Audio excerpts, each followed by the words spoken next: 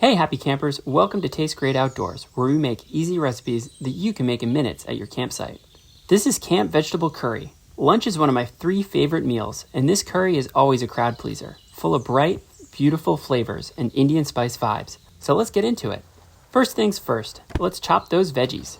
Onion and garlic are essential to curry, but the rest of the ingredients are entirely up to you.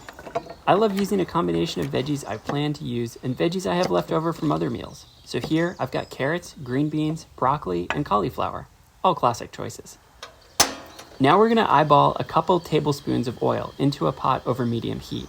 While that's heating up, we're going to make a quick mixture of curry powder and water. Adding water will help coat every inch of the dish with that bold curry goodness. You can also do this ahead of time in a small container.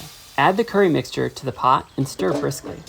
Once the liquid is heated through, sauté the veggies, stirring frequently until they're about half cooked. This is the heart of your meal, so it's going to add crunch, color, and of course, some good nutrients for the day ahead. Finally, thicken the curry with sour cream, or plain yogurt if you prefer. Either will leave you with a smooth, flavorful sauce that's a little spicy, a little tangy, and a whole lot of delicious. Then I'm going to add some salt, pepper, and simmer until the vegetables are cooked all the way through. While you wait, now would be a great time to hit those like and subscribe buttons, and if there are any other camp recipes you'd like to see, drop us a comment below.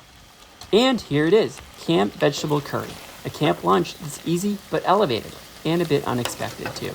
Serve it over rice for a fresh and filling lunch. For the full veggie curry recipe, check out the video description. And if you enjoyed this video and want to see more like it, don't forget to like, subscribe, and let us know what camp meals you love to cook in the comment section below.